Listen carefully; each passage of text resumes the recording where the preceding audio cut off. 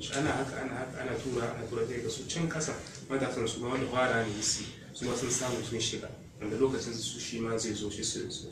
amma aka ce ana samun tabarbarewa cikin wannan kundi na wannan ba aiki da shi yadda yake to za a samu matsala daga tsaye suna nan wasu ba sa ma iya zuwa wurin aiki amma za ka gani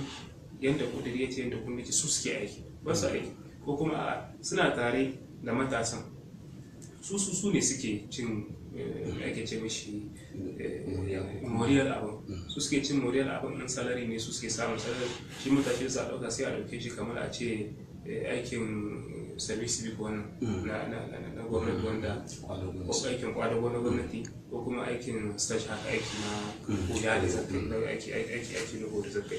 ba a ba su komi sai ga sai kusan kara rayuwarsu a cikin sai yi shekaru sun sani muna da abokai da dama wanda zai gani mutum yana aikin koyo a ma'aikata ko kuma yana aikin kwadago a ma'aikata a shekara 7 a shekara 10 saboda bai da wani wuri zai tafi iya ba su kuma wannan su ne aikin da suke tsayin su kima aiki inda aka ce lokaci ya kai na ritaya to mutum ya tafi ya je ya huta inda ita kanta shi Allah da ya halicce mu a wani shekaru a wasu abubuwa da ya kamata dole ne wasu dan lahiyar mu amma ɗan adam shi sai ga ɗan adam da naci sai ga mutum a shi ba ya bari ba sai ya kai wata rana mutum yana ta yafa sai ga mutum ya faɗi a ce a lahiyar shi lau ya faɗi babu shi kuma wasu abubuwa ne wanda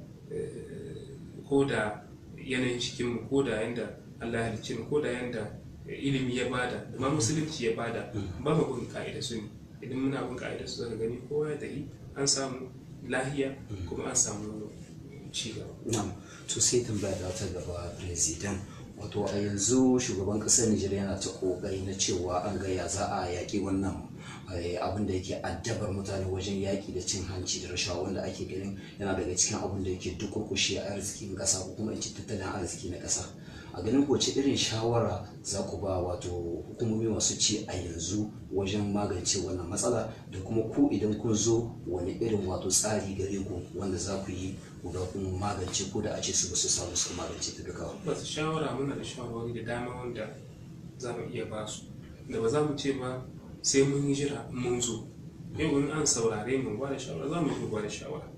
mu ce mu faɗi kaza ya kamata a yi domin a samu ci gaba ƙasa kaza idan aka yi za a samu akasi ko za a samu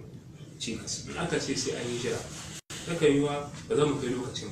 ba takan yiwa kuma za mu yi jira mai tsawo ne